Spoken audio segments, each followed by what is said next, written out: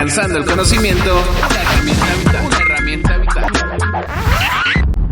Hola, ¿qué tal? Bienvenidos y bienvenidas sean todos ustedes a una emisión más de Alcanzando el Conocimiento. Estamos aquí desde la 22ª Semana Nacional de Ciencia y Tecnología, transmitiendo desde la plancha del Zócalo capitalino. Y me da mucho gusto esta tarde. Acérquense todos ustedes. Habrá concurso, por lo que hay que poner atención un poco a la plática.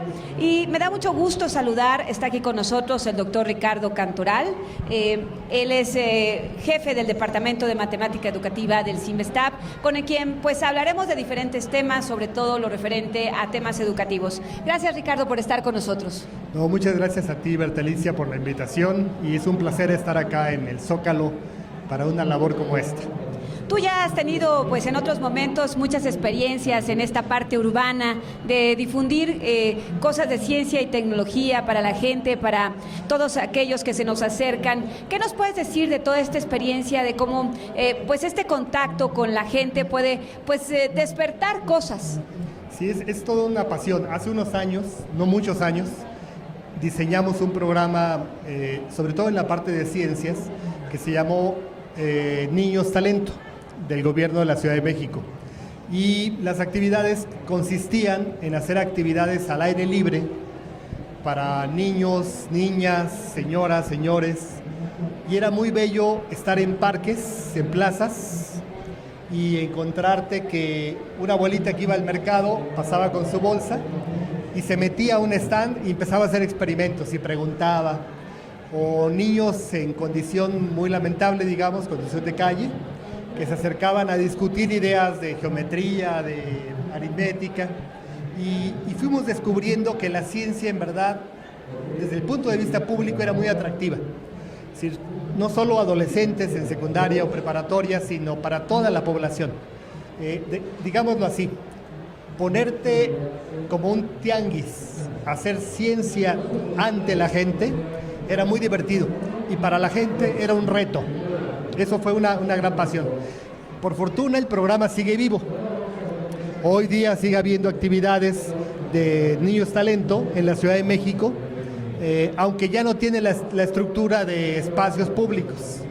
Pero siguen, digamos que se siguen preocupando por explorar las habilidades de posibles niños talento y claro, esto encauzarlos, ¿no? Claro. Pues sí, a nosotros nos da muchísimo gusto estar por aquí.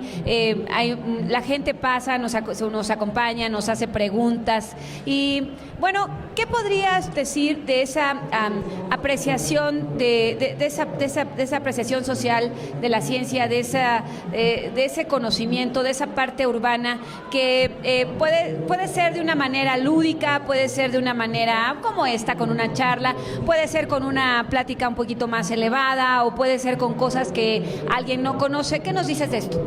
Sí, en verdad la ciencia y la innovación en general es algo que está en la cultura de los niños. Es decir, todo niño, todo joven, cuando se pone a pensar, a imaginar, a soñar, está de alguna manera pensando como piensa un científico, porque imagina cómo sería la casa si fuera más grande, cómo sería el universo si fuera mucho más amplio, cómo sería la fuerza que yo tengo acá si yo fuera más alto. Es decir, todas las personas, aún muy pequeñitos, piensan como científicos, y de alguna manera lo que a veces falta es que uno canalice esa vocación.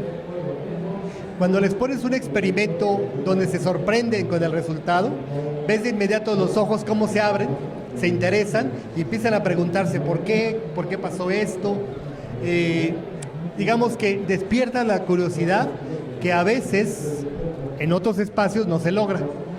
Exacto. Fíjate que aquí nos acompañan algunos niños, algunos jóvenes, algunas señoras, y yo quisiera preguntarle al pequeño que está por allá, ¿cómo se llama? Creo que ya le dio pena. Ven para acá. Ven. Hola, ¿cómo te llamas? José Alejandro. José, ¿qué año estudias? 6º grado. ¿Y qué quieres ser de grande? Científico. Científico, quiere ser científico, José quiere ser científico. ¿Qué le preguntarías, Ricardo, para que se gane una bolsa de Alcanzando el Conocimiento para ir al mercado? ¿Qué le preguntarías al pequeño de 6º año? Bueno, primero, ¿dónde naciste? En la Ciudad de México. ¿Y en qué delegación? ¿O por dónde vives? Ecatepec. En Ecatepec. Ah, qué bonito.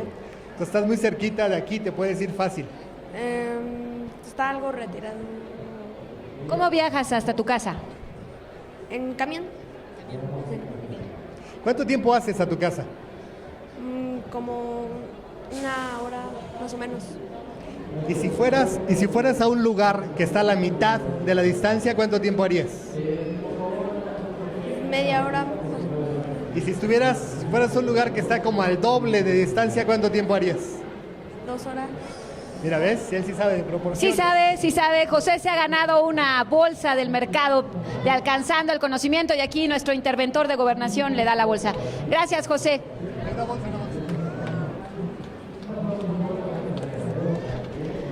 Bueno, pues continuamos, Ricardo. Bueno, pues sí, había hecho la tarea, sí se ve que le gustan le las gusta cuentas. para ser científico. Sí.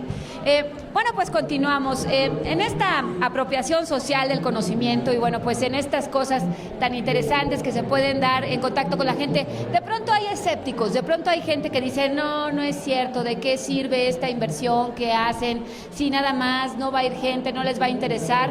Yo creo que sí, hay una semillita que está ahí y que ya les da la curiosidad y que quieren regresar o que van a otros museos y se dan cuenta. Lo que vieron aquí, pues van de pronto a Universum o van de pronto al Museo de la Luz o a otra parte y de pronto como que lo encuentran, no lo buscan, lo repiten. Claro, de hecho, ante el escepticismo yo lo que diría es que el futuro de México depende de la ciencia. Es decir, no hay manera de competir en el mercado mundial en el futuro si no se tiene una comunidad científica, tecnológica más grande.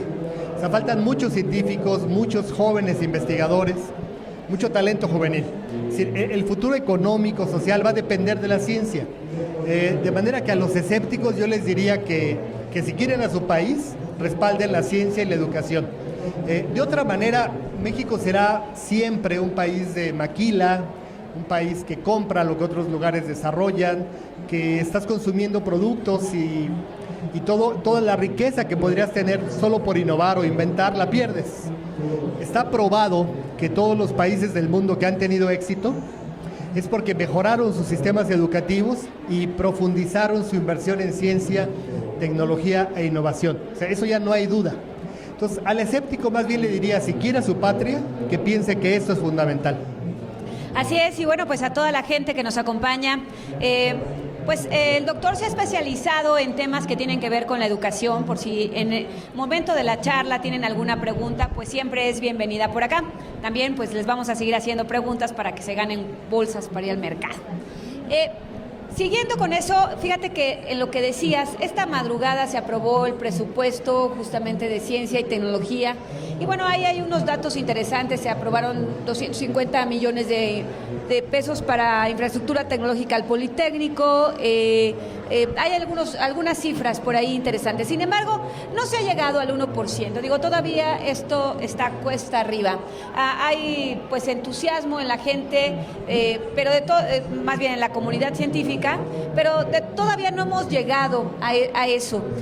¿Cómo ves tú ese camino para que realmente, porque también, bueno, en la semana se inauguró un laboratorio de biotecnología en Veracruz y bueno, pues ahí el presidente pedía a toda los industriales invertir en ciencia y tecnología, pero volvemos a ese círculo vicioso que no se acaba de resolver porque los industriales no quieren invertir, los científicos todavía no tienen esta ley que les permita producir realmente y hacer innovaciones. Hay los que se dedican a la ciencia básica, que con todo respeto pues es muy bueno que se dediquen a esta parte porque una parte de la comunidad la tiene que hacer. En fin, pero el ecosistema de innovación todavía no funciona, no camina como tal. ¿Qué nos dices de esto? Bueno, yo creo que aún falta en México una inversión mayor para ciencia, tecnología, innovación y en educación. Es decir, no conozco los datos recientes de lo que narras de la Cámara de Diputados hoy día. Sin embargo, es claro que mientras no se alcance al menos el 1%, no podemos hablar de que estamos en condición de competir. Estamos en verdad en una situación más bien a la baja. Por otro lado, es cierto también que tiene que haber más inversión privada. Pero eso es un círculo vicioso porque si tú quieres que haya más inversión privada, también tendrías que favorecer la creación de empresas de este tipo, empresas de base tecnológica. Y los únicos que los pueden hacer son las universidades, los científicos, los tecnólogos, y ellos tienen contratos laborales muy complicados, es decir, que en verdad no les permiten hacer algo así. Me parece a mí que lo que está faltando es articular muy bien lo que es sistema educativo con sistema de formación de alto talento y con leyes mucho más audaces, una inversión mayor. Te pongo el caso de Brasil. Brasil tiene muchas más revistas científicas que México, tiene muchos más profesores en posgrados, tiene mucha más producción científica en todas sus áreas, y lo que tuvieron es un programa de inversión pública muy fuerte a partir del gobierno de Lula para acá. Es decir, solo con inversión puedes duplicar o triplicar tu capacidad productiva. Si a eso le agregas que tienes que hacer investigación para el desarrollo nacional, también tendrías que pensar en áreas de desarrollo estratégico, biotecnología, nuevos materiales, las mismas matemáticas aplicadas, porque sin eso es imposible crecer. O sea, no hay manera de que vendiendo aguacates o jitomates México esté más rico, es imposible. Sí, definitivamente tiene razón. Y platicando, por ejemplo, bueno, antes que nada vamos a preguntarle, ya se nos volvió a acercar muchísima gente y vamos a hacerle otra pregunta al público. A la niña, ven para acá. No, le da pena. ¿El niño? Es un juego. Es un juego, es una pregunta para ganarse algo. Ven. Hola, ¿cómo estás? Bien, ¿Cómo te llamas? Daira, ¿Dalia? Daira, Delia. Daira, Daira. ¿En qué año vas, Daira? en tercer grado. Y hasta ahora ya sabes perfectamente las sumas, las restas y las multiplicaciones. Sí, Bueno, pues el doctor te va a hacer una pregunta. Es un juego, Daila, ¿no? O sea, puedes jugar. Imagínate que vas a la tienda y llevas 10 pesos y vas a comprar un pan que cuesta 3 pesos. ¿Cuánto te queda guardado en tu bolsa?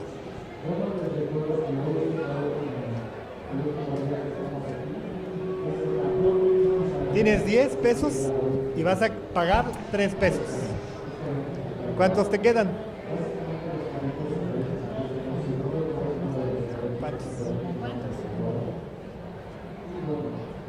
Casi.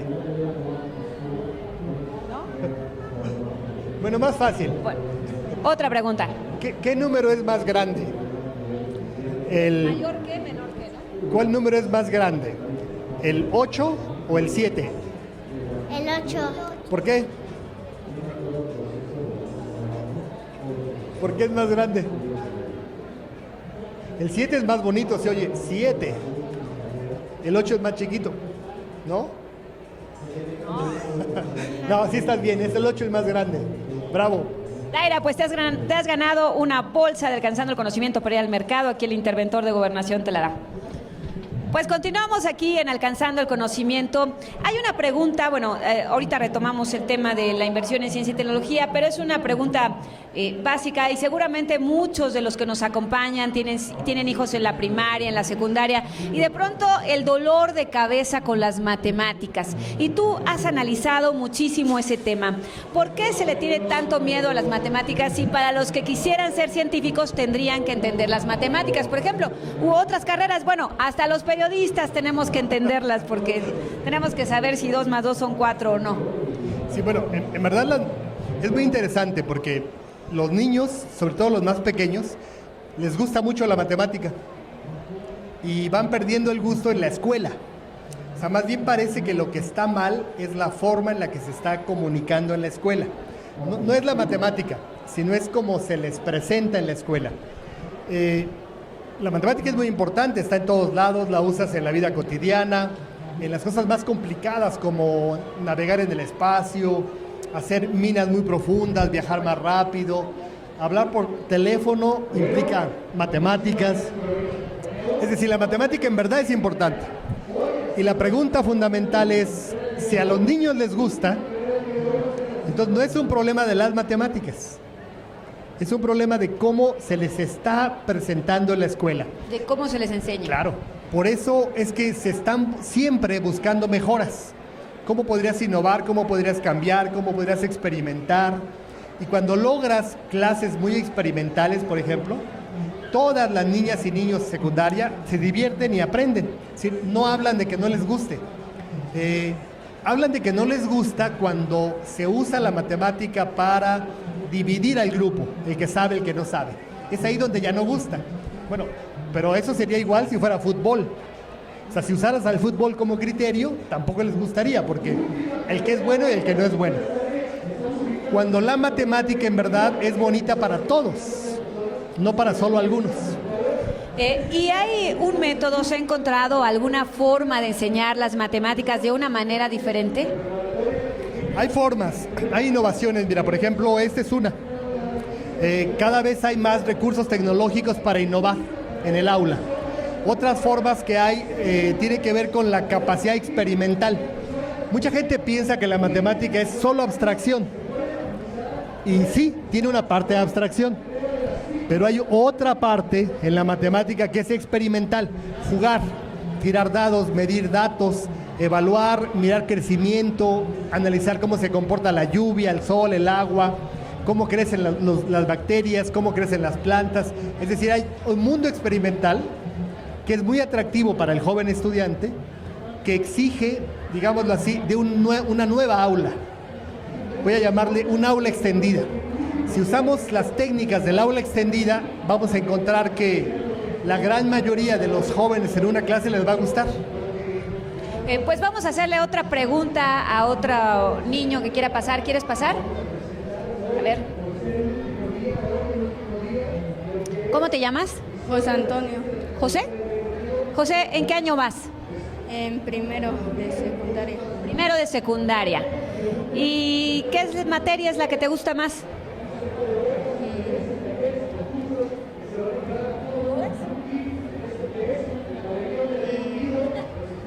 Educación física. ¿Todas? Sí. Bueno, aquí José va en primero de secundaria. ¿Y qué pregunta sería para él? ¿Te gustan las matemáticas o te gusta la física o qué te gusta? Más o menos las matemáticas. ¿Sí te gusta? A ver, por ejemplo, si tienes una pizza y son 4 amigos, ¿cómo repartirías la pizza que toque a todos la misma cantidad?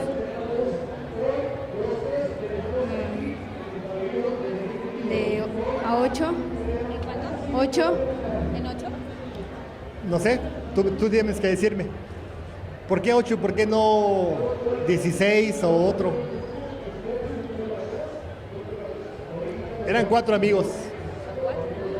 O sea, si las partes en 8, ¿qué harías luego? ¿Les das cuántas a cada quien? De a 2 a cada uno. Ah, perfecto. Y una pregunta. ¿Y si llega uno más, qué haces? Un amigo más. Pues le corto un pedacito a la mía. Ay, a veces es De comida. solidaridad. Está bien, está muy bien. En verdad sería un nuevo problema porque ahora es dividir entre 5. Pero muy bien, tu estrategia es muy solidaria y muy humana. Gracias. Te ganaste una bolsa de Alcanzando el Conocimiento para ir al mercado. Aquí nuestro interventor de Gobernación se la da. Pues bueno, seguimos aquí platicando. ¿Tienen alguna pregunta? ¿Tienen alguna pregunta sobre matemáticas? ¿No? Bueno, continuamos. ¿Qué nos puedes decir, Ricardo, acerca de estos métodos de estudio de cómo enseñar las matemáticas en el nivel primaria, secundaria, prepa, que es cuando realmente los chicos se tendrían que enamorar o nos tendríamos que enamorar de las matemáticas, y sucede todo lo contrario y entonces después ya hay menos gente que le guste las matemáticas y además que es el dolor de cabeza? Claro, mira, yo creo que uno de los grandes problemas es que la enseñanza es muy memorística. Esa es una característica que está mal. Es decir, no tiene mucha importancia que el niño o el joven se sepa cosas de memoria. En verdad no importa porque los puede consultar aquí, los puede consultar en una revista, en un libro. Lo que tiene en verdad que desarrollar es una creatividad para imaginar cómo es el problema. Y eso sí lo tiene el niño. Es decir, la escuela lo que tendría que lograr es un cambio, sobre todo para los más pequeñitos, en donde el carácter lúdico es más importante. Trabajar con materiales, partir madera, dividir partes, masa, plastilina, un poco como es el preescolar, conservarlo. Conforme van avanzando, la abstracción aparece. Y el chiste es que se abstraiga sin perder el sentido de lo concreto. Ese es el reto, porque cuando ya están en secundaria les enseñan, por ejemplo, que X a la M y todo a la N es lo mismo que X. Entonces eso ya les parece absurdo, y de alguna manera lo es. Y cuando están más grandes, ya en universidad o final de la preparatoria, les enseñan solo símbolos. Es decir, ya no hay un lenguaje para hablar. Y el ser humano necesita hablar para darle significado a las cosas que está aprendiendo. Bueno, las experiencias que se tienen en la investigación muestran que hay estrategias mucho más dinámicas para aprender que las que usa la escuela. Ahora, mucha gente dice, ¿y por qué no la usan? Quizás porque es más costoso, quizás porque requiere más gente más formada, quizás porque requiere un cambio radical de la educación y hay muchas fuerzas que se oponen a eso. Pero de que hay maneras de lograrlo ya, o sea, sin duda alguna. Yo puedo afirmar que se logra que jóvenes que no les gusta la matemática, en un plazo de un medio año, estén fascinados con lo que estudian. ¿En solo medio año? En solo medio año. ¿Pero a qué edades? No importa. Es decir, lo único que tienes que hacer es sacarlo de ese ambiente en el que está y ponerlo a trabajar experimentalmente de nuevas maneras. Porque juega, porque se divierte, porque... Es decir, es posible lograrlo porque ya la investigación lo probó. Ahora el reto es cómo llevas eso al sistema educativo para millones de personas. Ese es el reto.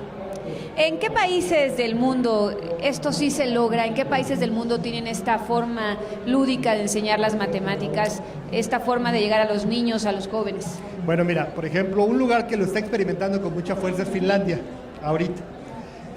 Aquí en México hay escuelas de ese tipo, hay escuelas, la propia secundaria anexa, por ejemplo, utiliza estas lógicas. Algunas escuelas secundarias en Oaxaca, en Michoacán, están explorando estas formas. Pero no está en la currícula. ¿Escuelas públicas? Claro, pero no está en la currícula oficial. ¿Por qué Oaxaca y Michoacán? Pues porque ellos tienen una política contraria a la implementación de una reforma nacional. Hablas de un tema muy interesante, la reforma educativa. Ha causado demasiadas opiniones a favor y en contra, y bueno, sí, las autoridades pues continúan diciendo la reforma educativa se va a terminar. Lo cierto es que bueno, todavía va muy atrasada, que estamos a más de mitad del sexenio y bueno, ya sí, ¿no? Mitad del sexenio, y pues todavía se ve difícil que esta reforma educativa se termine porque todavía está en ciernes algunas partes. Está la parte básica, pero todavía falta toda la parte media y media superior. ¿Qué ves acá? Fíjate que paradójicamente yo creo que la que está más avanzada es media superior. Pero porque ya estaba de por sí. Claro. Porque ya estaban ahí las cosas dadas. Exactamente. Porque vienen con un proceso de hace años de estar innovando, están probando cambios. Y hay planteles muy interesantes. Por ejemplo, el CETMAR de Acapulco, un lugar hermoso, turístico, tiene buenos resultados, incluso mejores que el de una ciudad como la Ciudad de México. U otros sitios. ¿En media superior? En media superior. O el bachillerato Lázaro Cárdenas, que está en Tijuana, sale igual o mejor que los colegios particulares de aquí. Es decir, sí hay esfuerzos, sí hay cambios. Ahora, ¿dónde está el verdadero problema, el gran problema?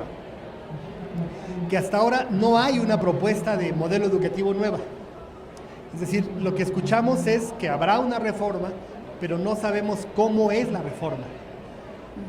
Y con tan poco tiempo al frente, la única posibilidad que queda es que sean los profesores los que elaboren la reforma. Y eso se tendría que haber hecho hace mucho tiempo. ¿Y entonces habrá reforma? Yo creo que los profesores siempre hacen su mejor esfuerzo. Yo creo que ellos están cambiando su aula cada día, cada semana. Y lo que quizás no haya es leyes que cambien reformas, pero que cambien la práctica, yo creo que sí. Los profesores siempre innovan. Están buscando estrategias, leen artículos, leen revistas, van a congresos. si están buscando mejorar. Hoy están más preocupados porque los van a evaluar, pero si a un profesor le permites que haga innovación y lo acompañas con equipos de trabajo, se vuelve un transformador del sistema educativo natural. Claro. Vamos a hacer otra pregunta. ¿Algún otro niño que quiera pasar? ¿Cómo te llamas? Fabián, Fabián, ¿en qué año vas? primero de secundaria, ¿Y cuál es la materia que más te gusta? biología, Biología. ¿Qué quieres ser cuando seas grande? no sé. Bueno, Esa es buena tienes opción, tiempo. es la mejor opción. Tiene tiempo. A ver, el doctor tiene una pregunta para ti. Lo bonito de no saber, es una cosa buena no saber, es que tienes muchas chances para elegir lo que más te guste. Seguramente cuando estés en prepa o cuando estés hacia la universidad, vas a ir descubriendo cosas que te gusten. Y algo bien importante es que escojas lo que en verdad te gusta. No importa lo que sea. Porque solo cuando te gusta algo es cuando puedes lograr mejorar mucho, ser mejor que otros, ser mejor que tú mismo, cambiar día a día, ayudar a tu país. Por ejemplo, si tú piensas en la biología que te gusta, ¿has pensado por qué las plantas son verdes? ¿Por qué crees que sean verdes? ¿Por qué crees que sean verdes? Porque así salen. Así salen. ¿Qué perfecto. proceso se da para que sean verdes? La fotosíntesis. Exacto, muy bien. Muy bien Toman contestado. color, transforman su color y son formas de adaptación al medio también. Por ejemplo, si fueran de otro color, quizás les costaría sobrevivir. Pues ya se ganó, Fabián, una bolsa para ir al mercado de Alcanzando el Conocimiento. Aquí el interventor de Gobernación se la entrega. Gracias. Pues continuamos. Bueno, ¿tú querías también una pregunta? ¿Sí? ¿Quieres pasar? Pásale para acá. Él está... bueno, ahorita que te diga él en qué año va. Pásale. ¿Cómo te llamas? No, ya le dio pena. Bueno, pues a la próxima, cuando no te dé pena. Bueno, pues continuamos aquí en Alcanzando el Conocimiento. Es que él quería contestar las preguntas de mayor qué y menor qué, porque ya se lo sabe. Le hacemos una pregunta. A ver, Gabriel. ¿te están? Sí. Gabriel, por ejemplo, ¿qué es más grande? Ahí te ves, ¿eh? A ver. ¿Qué es más grande, el 4 o el 5?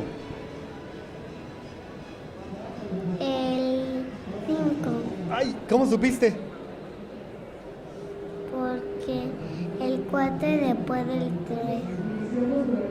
¿El 4 qué? El 4 es después del 3.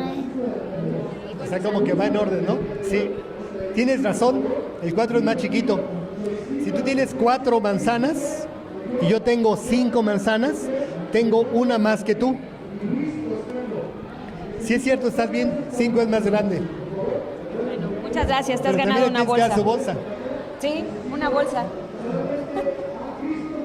Bueno, pues continuamos aquí en Alcanzando el Conocimiento.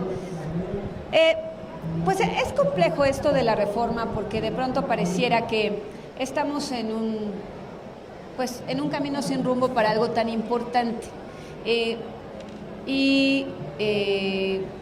Lo que siempre se ha dicho, ¿no? Que de pronto fue un golpe mediático todo lo que sucedió, pero que de fondo la reforma, que sí es necesaria, que sí es importante, que sí se requiere, pues de pronto no se ha encaminado hacia algo. Entonces, ¿cómo poder encarrilar las cosas? Entiendo, como decías, que el esfuerzo, ahorita... Entiendo que el esfuerzo de los profesores, de los que tú hablas, pues los profesores siempre piensan en sus alumnos, siempre van a estar por eso innovando, por eso pensando, independientemente que les exijan algo. Pero si están asustados por las evaluaciones, ahí, digo, pues también cuando estás temeroso de algo, pues hasta la creatividad se te va. Sí, yo creo que, es mi opinión personal, yo creo que fue un error hacer simultáneo tantos cambios. Es decir, por un lado fue el cambio del control político del magisterio. Por otro lado fue el cambio de relación laboral del profesor, trabajador, con el Estado. Por otro lado fue el cambio de programas educativos, o la pretensión de cambio de programas educativos. Otra más es un cambio en la concepción de la currícula. Otro cambio más es el sistema de evaluación y permanencia del profesorado. Otro cambio más es el papel de la tecnología en el aula.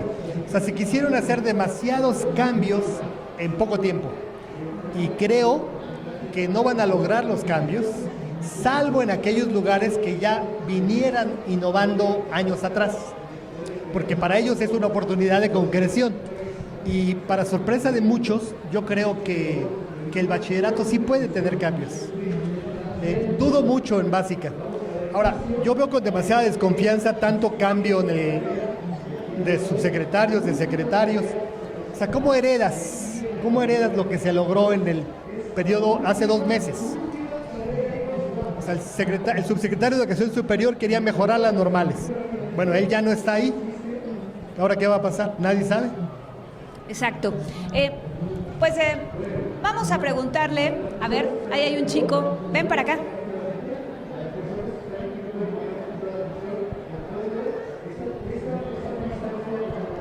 ¿Cómo te llamas? Saúl, Saúl, ¿en qué año vas? en segunda de secundaria. ¿Y cuáles son las materias que más te gustan? Bueno, mi taller que es contabilidad y historia. Contabilidad y historia. ¿Qué quieres ser de grande? Aún no sé. Pues, ¿qué le vas a preguntar? ¿Cómo te llamas? ¿Saúl? Saúl. Estás en primero. Segundo, ¿dónde está tu escuela? En el Estado de México, Catepec. Ah, qué bien. ¿Veniste solo a la Feria de Ciencias? Sí. ¿Te gusta? Sí. Hay más cosas como de tecnología, ¿verdad? Hay poquito de historia. Sí, Esa es una pregunta que tiene que hacer el CONACYT. ¿Por qué no hay cosas de divulgación e innovación en ciencias sociales? Y en ciencias sociales hay cosas muy valiosas, por ejemplo, del Instituto Mora, del Colegio de México, el CIESAS, hay muchísimas cosas muy interesantes. Pero bueno, ¿qué le vas a preguntar? Pues preguntémosles una pregunta de historia. Una pregunta de historia. Me gusta la historia. A ver, ¿quién fue Miguel Hidalgo? El que inició la independencia de México en Dolores. ¿Era más grande o más joven que Benito Juárez? ¿Quién? ¿Era más grande o más joven que Benito Juárez? Más grande. No, ¿Dónde? más joven. No, más grande. Ah, míralo, muy bien.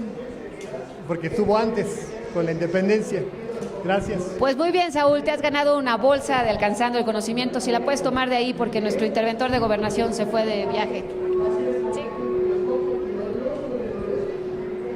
Tenemos un problema aquí con el... Pues continuamos aquí en el tema en el tema justamente de la sociedad del conocimiento, de lo que varias veces hemos hablado. De pronto se ve el tema de la sociedad del conocimiento, un término acuñado hace ya muchos años, pero que en México no ha llegado como tal. Pero de pronto en estos eventos, en la aula, en el día a día, los maestros van construyendo cosas, en fin, la comunidad de alguna forma va construyendo pues su sociedad del conocimiento como se debe, pero no es así como es esa sociedad del conocimiento de otros países que ya se han dado pasos agigantados con la tecnología, con muchas cosas, ¿no?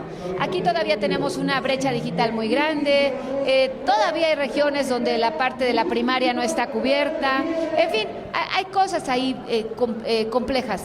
¿Qué es lo que tú nos podrías decir al respecto? Bueno, yo primero creo que la sociedad del conocimiento es un anhelo. O sea, no es una realidad. Me parece que no podría yo decir que un país tenga una sociedad del conocimiento. ¿Ninguno? Yo creo que no. O sea, yo creo que estamos tendiendo a eso. Y por una razón muy simple.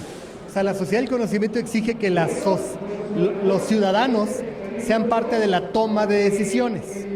Y eso no necesariamente ocurre en todas las dimensiones de la actividad de un Estado, aún en los países más desarrollados. O sea, lo que se ha logrado es que haya más acceso a la información, más información disponible, mayor circulación de ideas, mayor consulta, pero todavía sigue siendo un anhelo en verdad. Lo que a nosotros nos falta es el paso siguiente, es decir, cómo haces el acceso público. ¿Sí? Por eso este tipo de cosas ayudan. ¿Sí? ¿Cómo haces el acceso público al conocimiento, a la información? Bibliotecas, computadoras, que las aulas tengan espacios mucho más adaptados. Soy un montón, ¿no? Sí, a ver si le decimos a nuestros vecinos que por favor le bajen un poquito. Pepe Gómez, si le puedes decir a los vecinos que le bajen.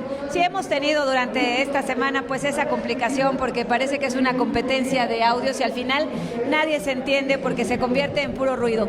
Pero bueno, continuamos justamente en esto que decías de ese anhelo que es la sociedad del conocimiento, de esto que ningún país lo puede tener y que el problema fundamental es en esa accesibilidad al conocimiento.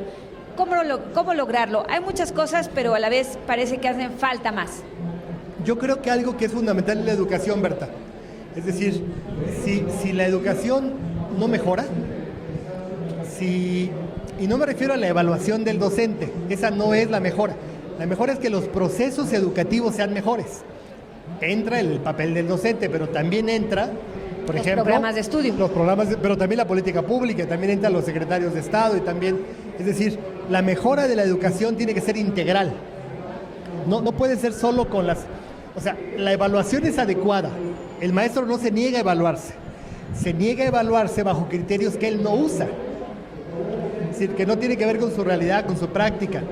O sea, un profesor que pasa un examen de conocimientos básicos no necesariamente es el mejor profesor en el salón. Porque en el aula él interactúa con los niños, con los jóvenes, construye significados, dialoga, platica. Es decir, es mucho más que no podría ser evaluado fuera de su espacio áulico. Sí, porque una cosa es que el profesor sepa realmente bastante, pero otra es que sepa transmitirlo, sepa enseñar. El problema básico de la educación es cómo logras tú que el otro sepa. No lo que tú sepas. ¿Cómo logras tú que el otro sepa? Ese es el reto educativo. Entonces, cuando la gente dice, bueno, evaluemos si el maestro sabe, está bien, pero eso no garantiza que haya una mejora. Y aquí en este proceso de enseñanza-aprendizaje, justo en lo que dices, ¿qué pasa? ¿Habría que tener cursos especializados para los profesores de cómo transmitir, de cómo enseñar?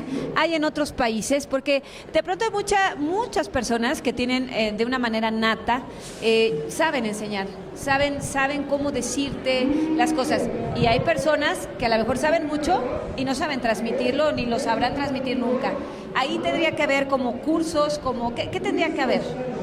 Yo le apuesto algo más. Creo que México tendría, así como legisló la reforma, tendría que legislar que todo profesor haya cursado una maestría financiada por el propio gobierno en procesos educativos de su área.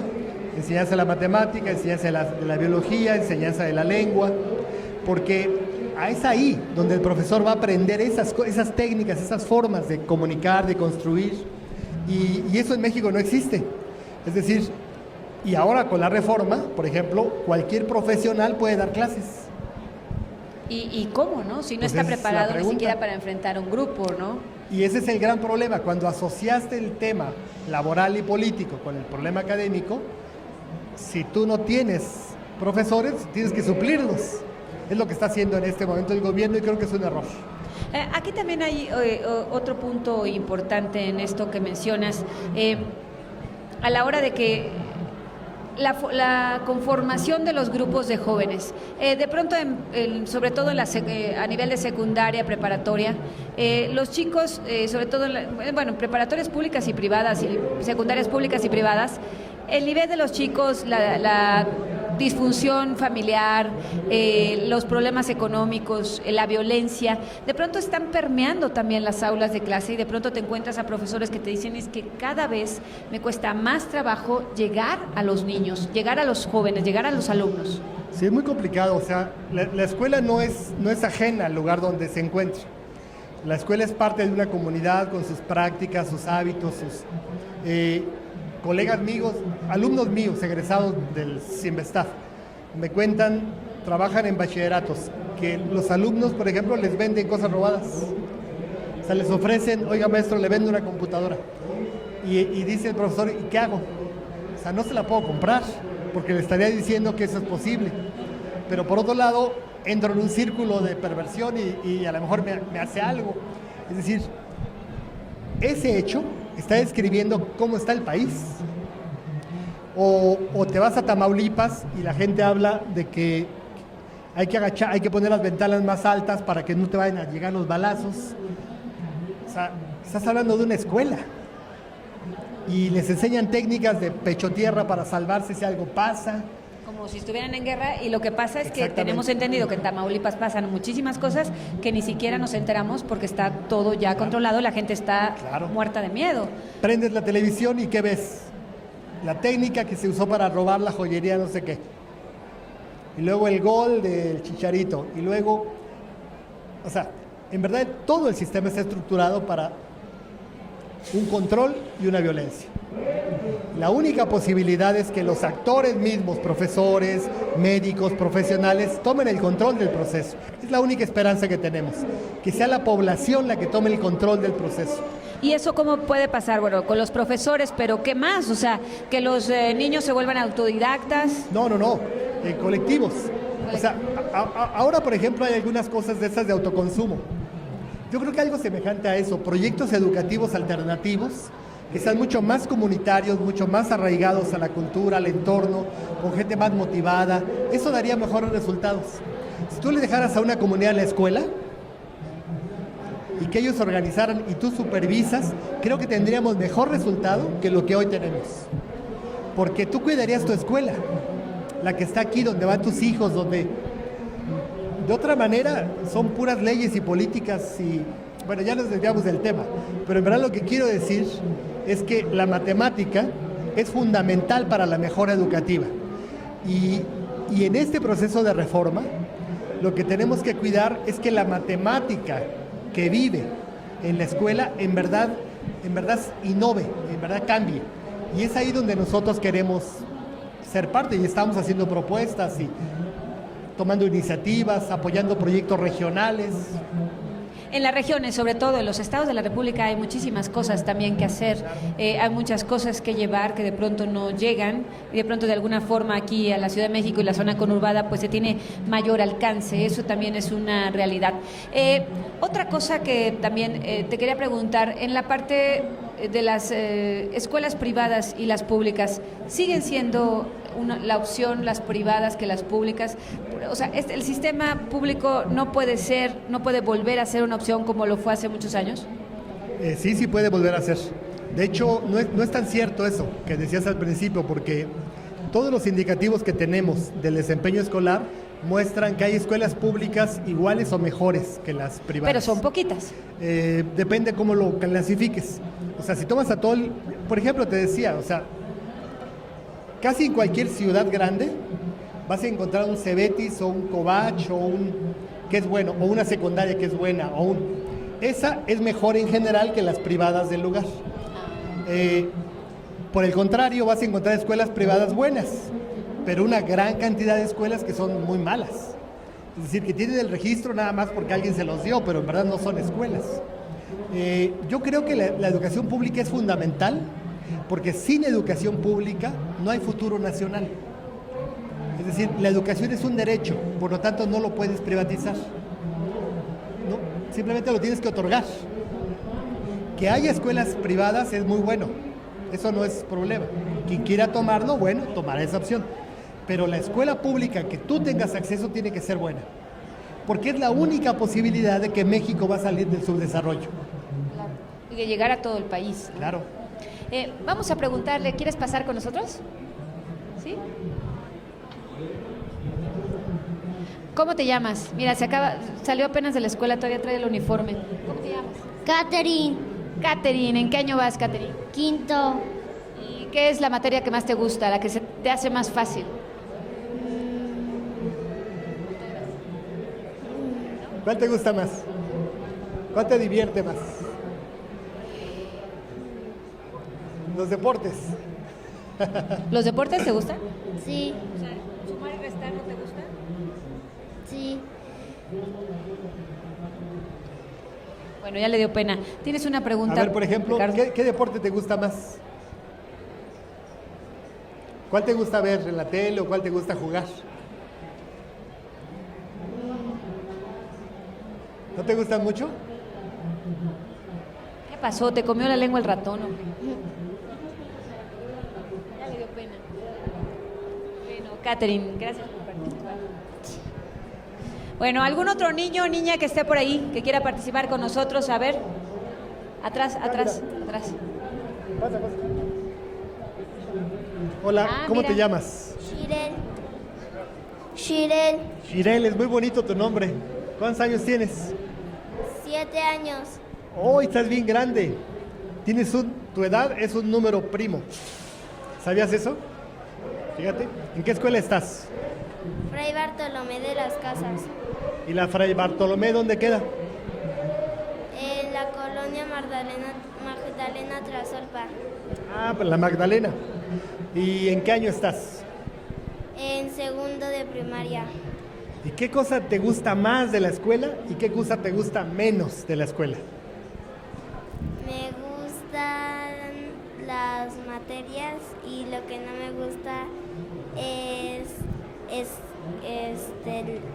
los problemas de matemáticas. Sí, a ninguno. La escuela en verdad es bien bonita, pero porque juegas, platicas y aprendes. Y luego cuando seas más grande te va a servir un montón. Por ejemplo, ¿tú sabes por qué llueve? ¿Por qué te imaginas que el agua cae? No sé, Es agua que cae de arriba. ¿Por qué está allá arriba? nubes. Ándale, porque hay nubes. Y las nubes es agua. Y cuando se llenan mucho, ya no cabe, y se cae hacia nosotros. ¿Sí es así? Sí, Ah, pues eso se aprende en la escuela. Te enseñan cómo el agua pasa por diferentes ciclos. Y esa que está arriba vuelve a la tierra y se vuelve a evaporar y sube otra vez y da vueltas. Por eso es que hay que cuidarla mucho. Muchas gracias. de nada. Bueno, se ha ganado una bolsa de Alcanzando el Conocimiento y por aquí tenemos a Exactamente, más de 5. Natalia, Natalia. ¿En qué año vas? Su Segundo. bolsa. ¿En segundo? ¿De primaria? Natalia, ¿cuál es la materia que más te gusta? Español. Español y matemáticas. ¿Matemáticas no te gusta? No, No le gustan las matemáticas, Ah, Ricardo. normal. ¿Por qué no le gustan las matemáticas, Natalia? porque es muy difícil contar. Aquí está el ejemplo de lo que estás diciendo. ¿Qué es lo que te cuesta trabajo? Él dice que es bien fácil. Bueno, aquí nos dice que es bien fácil, pero para ti las matemáticas dices que es difícil. Una pregunta de español. ¿Sería? No. ¿Ya conoces quién fue el Quijote de la Mancha? No, creo que esa es de secundaria. Una pregunta de español. Español, por ejemplo, ¿cuántas sílabas tiene la palabra alcanzando?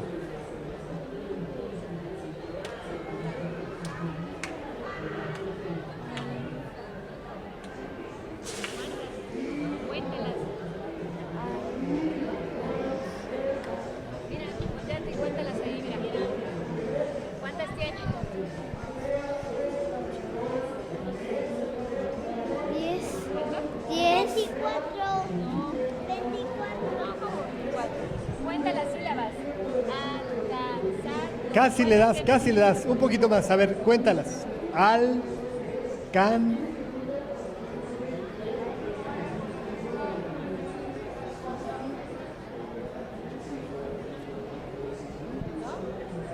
No, bueno, pues gracias por participar. No importa, para la próxima. Para la próxima. Bueno, sí. Bueno, pues ya casi llegamos al final de este programa. No sé si tengan alguna pregunta para el doctor. Permíteme. No sé si tengan alguna pregunta para el doctor sobre las matemáticas, sobre el aprendizaje. Parece que no. Pero bueno, les agradecemos. ¿Tienes algo que decir al final para No, cerrar? al revés. Felicitarte mucho, Bertalicia, porque estos programas para divulgar, difundir la ciencia es fundamental para el desarrollo nacional. Y es un placer ver a tanta gente, papás, mamás, abuelitos, abuelitas, jóvenes, viniendo, porque esto no hay siempre y es parte de la cultura mexicana también. Te felicito mucho, Bertalicia. Gracias. Gracias, Ricardo, y gracias a todos ustedes por estar aquí en Alcanzando el Conocimiento, una herramienta vital, en el último día de la 22ª Semana Nacional de Ciencia, Tecnología e Innovación. Buenas tardes. Alcanzando el conocimiento, una herramienta vital.